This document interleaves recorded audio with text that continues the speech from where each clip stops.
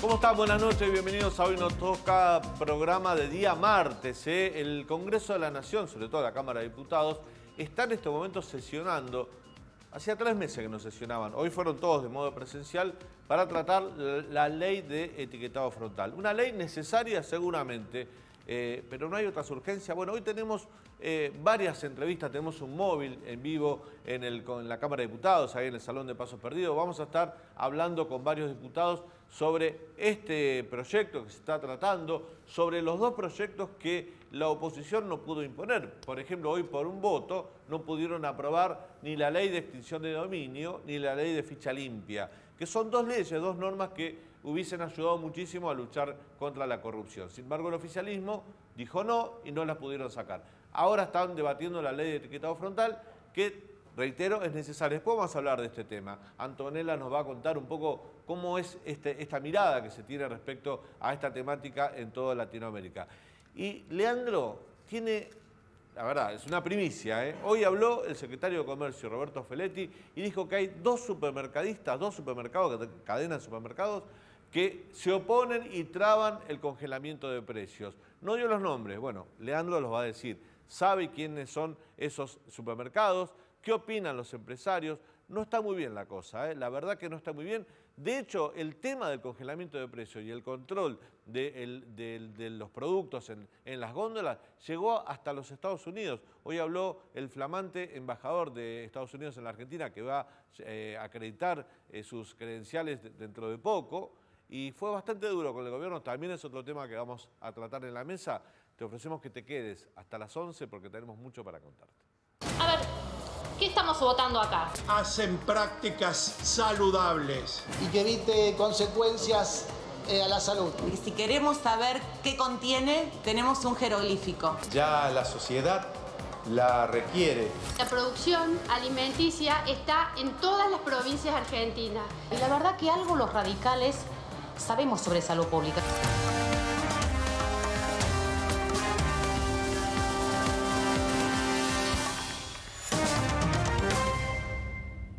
¿Cómo andan, chicos? Buenas noches, muy ¿Cómo bien. le va? ¿Bien?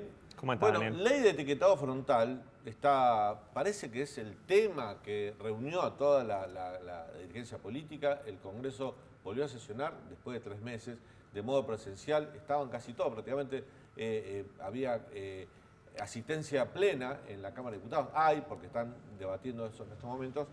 Y mucha tela para cortar, porque fuera del Congreso la política transita por otros carriles, no por la ley de etiquetado frontal, sino, por ejemplo, por el acuerdo de precios, ¿no? Por el congelamiento de precios, sí. Hoy... Yo le digo acuerdo. Hoy dijo Roberto Feletti, me hubiese gustado llegar a un acuerdo. Él mismo reconoce que acuerdo no hubo, que hay una imposición de parte del gobierno. No hubo acuerdo y hoy Roberto Feletti fue muy duro con 2 supermercados a los que no mencionó explícitamente, pero dijo hay 2 cadenas de supermercados que quieren mantener ganancias, rentabilidad del 30%. Y eso es una conducta antisocial, dijo Feletti. No voy a decir los nombres porque quiero hablar con ellos primero. Bueno, tenemos los nombres. Son 2 cadenas muy importantes de empresarios nacionales. Sí, estamos hablando de Coto y de Chango Más. Esos son los 2 supermercados a los que Feletti les apuntó directamente hoy, que supuestamente no están acordando y no están manteniendo su margen de rentabilidad del 30%. Bueno, son 2 empresarios nacionales, como decíamos, Alfredo Coto y Francisco de Narváez, Daniel, que es un empresario que estuvo en la política y que tiene una relación de ida y vuelta con el kirchnerismo. Recordemos que él, como candidato a diputado en el 2009, le ganó a Néstor Kirchner por la oposición, pero que últimamente coqueteó con el gobierno. De hecho, hace 2 semanas se reunió con Alberto Fernández en la Casa Rosada y se mostró como un empresario dialoguista y de llegada al gobierno. Bueno, ahora sería uno de los supermercadistas que está resistiendo el congelamiento de precios. Bueno, de hecho decían que de Narváez se quejó porque él fue un poco el que reunió a los empresarios, sobre todo los que manejan distintas bocas de expendio, supermercadistas, entre ellos incluso la Federación de empresas minoristas que venden al público. Él los reunió a todos y los convenció de ir a hablar con el gobierno, y cuando se sentó se encontró con un congelamiento prácticamente de modo imperativo de parte del gobierno y no quedó muy contento. Sí, y recordemos, Daniel, que ahí tenés tensiones en toda la cadena de abastecimiento de alimentos. Vos tenés por un lado las industrias, las empresas que producen los alimentos, por otro lado los supermercadistas, que son los que comercializan y los que le venden al público en la góndola, y por otro lado el gobierno, ¿no? Y además hay un montón de pymes, de pequeñas fábricas que producen alimentos e insumos de consumo masivo. Bueno, ahí cuando hablas con supermercadistas te dicen, nosotros vamos a cumplir, te lo dicen en privado, sí, vamos a cumplir con este congelamiento en tanto y en cuanto los industriales nos entreguen la mercadería, porque nosotros no podemos garantizar el abastecimiento. Bueno, ahí le tiran la pelota a los industriales, ¿no? Pero después cuando habla Feletti critica a las dos partes, tanto supermercadistas como los empresarios. Bueno, los industriales también se quejan que no pueden importar por la falta de dólares, etcétera, un poco que el desabastecimiento empezaría ahí, no en el faltante de las góndolas. Vamos a ir con Joaquín Dever, que está en ahí en Pasos Perdidos, en la Cámara de Diputados de la Nación, en el Congreso. ¿Cómo te va, Joaquín? ¿Qué tal, Daniel? Buenas noches. Todo indica que cerca de la medianoche va a ser ley el proyecto de etiquetado frontal porque hay un acuerdo entre la mayoría de los sectores, si bien hubo observaciones sobre todo de los diputados que representan a provincias del norte, donde hay una fuerte industria azucarera. Todo indica que esto va a ser ley en las próximas horas, pero la sesión es maratónica porque hay otros proyectos muy importantes y se espera que esto recién termine mañana por la tarde. Pero, por lo tanto, mientras tanto, vamos a hablar con Brenda Austin para, bueno, ver su postura con algunas observaciones también, seguramente. Bueno, la verdad que estamos muy contentos de que el Congreso hoy esté avanzando en esta sesión histórica, donde estamos tratando un tema que, bueno, para muchos de nosotros que hemos tenido y presentado proyectos al respecto, representa una deuda pendiente del Congreso. Hay iniciativas que tienen más de una década y desde entonces Argentina está buscando garantizar el derecho a la información de los ciudadanos al momento de ir a la góndola a elegir los productos, ¿no? Y que tiene que ver obviamente con una dimensión de salud pública, de tratar de evitar esta pandemia oculta que es la obesidad, el sobrepeso, y que Argentina tiene, sobre todo en los niños y niñas de 5 años, tasas más altas de sobrepeso que la región, que Latinoamérica. Esto genera, como sabemos, enfermedades no transmisibles, enfermedades derivadas, como la diabetes, como la hipertensión arterial, entre otras, y creemos que esta ley va a contribuir a hacer de la política alimentaria y saludable, obviamente, una herramienta integral. Sí.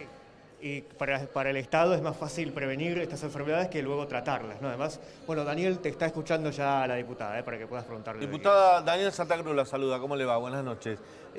Recién usted se refería, Daniel, ¿no? a los niveles de obesidad que hay en los chicos. Seguramente esta es una ley necesaria, ¿no? Pero también los chicos en la Argentina, podemos decir que 6, casi 7 chicos que viven en el conurbano son pobres. En la Argentina hay 5 millones de personas que son indigentes, que no pueden poner un plato de comida todos los días en su casa. O sea, hay 1,5 millones de chicos que se fueron del sistema educativo producto de la prolongada virtualidad que hubo en el sistema educativo, o sea, la falta de presencialidad. Hay otros temas que en principio hasta parecen más urgentes que este del etiquetado frontal. ¿Ustedes han propuesto priorizar algún proyecto sobre este o con este para hablar con el oficialismo? Mirá, específicamente vos mencionaste un tema que ha formado parte de mi agenda y de la del bloque durante todo el último año y medio, que tuvo que ver con la declaración de la emergencia educativa. Desde junio del año pasado empezamos a poner el acento, entre otras cuestiones que tenían que ver con lo pedagógico y lo educativo, con el cierre de los comedores en toda la Argentina. Hay comedores escolares donde los chicos recibían, como bien decís vos, el único plato caliente del día.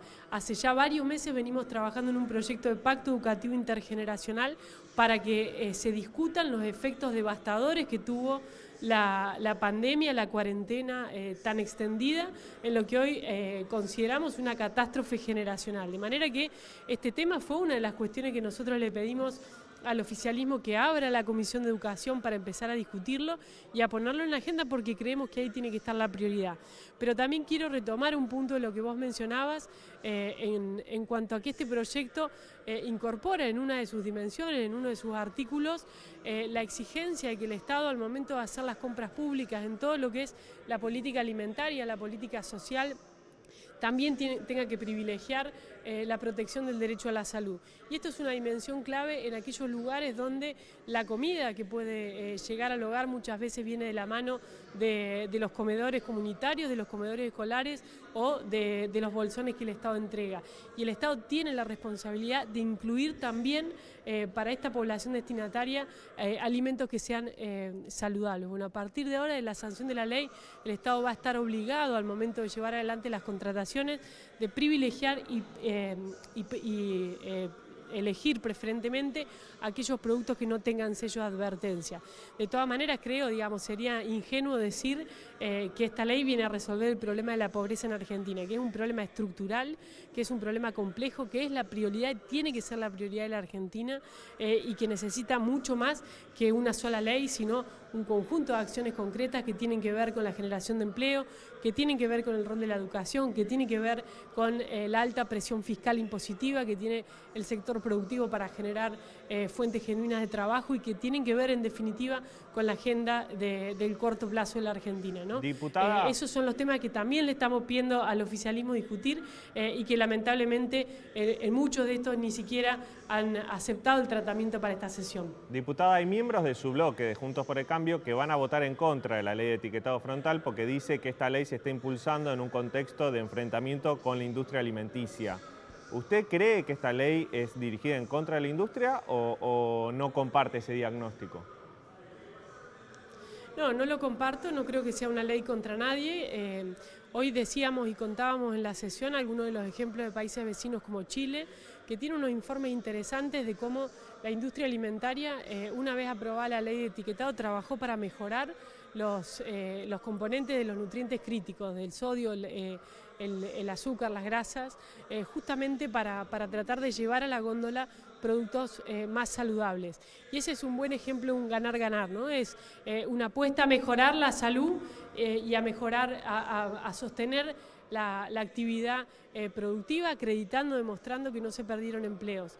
Pero a la vez también quiero decir que hoy uno de los sectores de nuestro interbloque está acompañando otra iniciativa que es otro sistema de etiquetado, que en definitiva, digamos, también busca regular, establecer con otra lógica, aunque creo que de manera mayoritaria hoy el Congreso en unas horas se va a inclinar hacia acompañar esta media sanción que viene del Senado, empujada también de manera transversal por senadores de Juntos por el Cambio y del oficialismo, y que creo que hoy se va a reflejar nuevamente en la Cámara de Diputados. Diputada, gracias por este contacto con el canal de la ciudad. Gracias.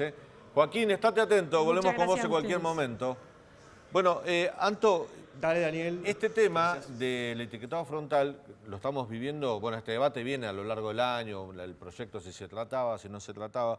Después podemos ver si era urgente o hay otras prioridades, porque también es algo conexo al debate. Pero en Latinoamérica se viene hablando de esto hace rato, incluso hay ya antecedentes.